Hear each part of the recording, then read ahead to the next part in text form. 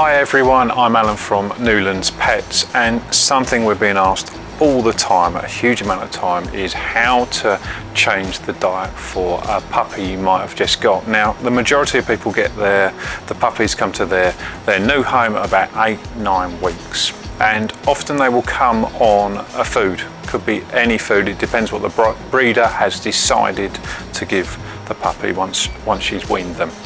Now, I always think it's a good idea for at least a couple of days to go with that puppy food that the breeder's chosen.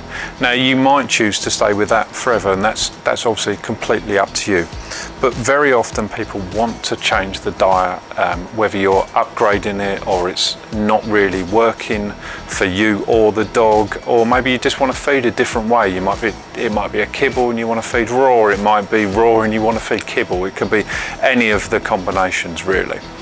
But it's fairly easy to move a food, and puppies are quite resilient. So what we do is come in, talk to us, or send us a message on Messenger, or phone us up, email us, whatever you want to do.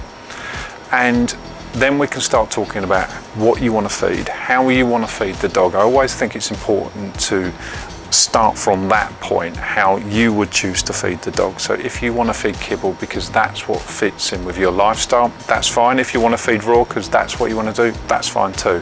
So let us know how you want to feed. We can talk to you about all the options out there.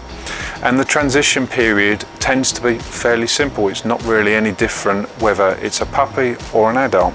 So what we do is we take the old food, on the assumption you've got some of the old food left. We take the old food and we reduce the amount of the old food you're feeding and add a little bit of the new food for 2 to 3 days. I always think when you're feeding a puppy, it's a good idea, because feeding guides tend to be per day, is to get the amount you're feeding per day and then cut that into 3 or 4 portions if you're feeding 3 or 4 times a day.